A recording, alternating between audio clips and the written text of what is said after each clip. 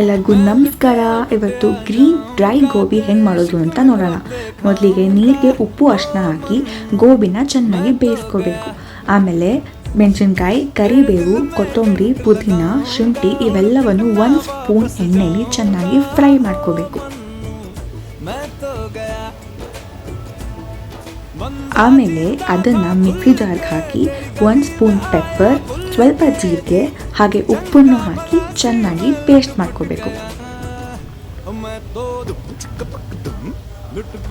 2 spoon ಅಕ್ಕಿ ಹಿಟ್ಟು, ಚಿರೋಟಿ ರವೆ, ಕಸೂರಿ ಮೇಥಿ, ಅರಿಶಿನ, ಉಪ್ಪು ಮತ್ತು ಕಾದಿರೋ ಎಣ್ಣೆ, ರುಬ್ಕೊಂಡಿರೋ ಪೇಸ್ಟ್ ಎಲ್ಲನೂ ಮಿಕ್ಸ್ ಮಾಡಿ ಪಕೋಡ ಕನ್ಸಿಸ್ಟೆನ್ಸಿ ಹಿಟ್ಟು ರೆಡಿ ಮಾಡ್ಕೊಳ್ಬೇಕು.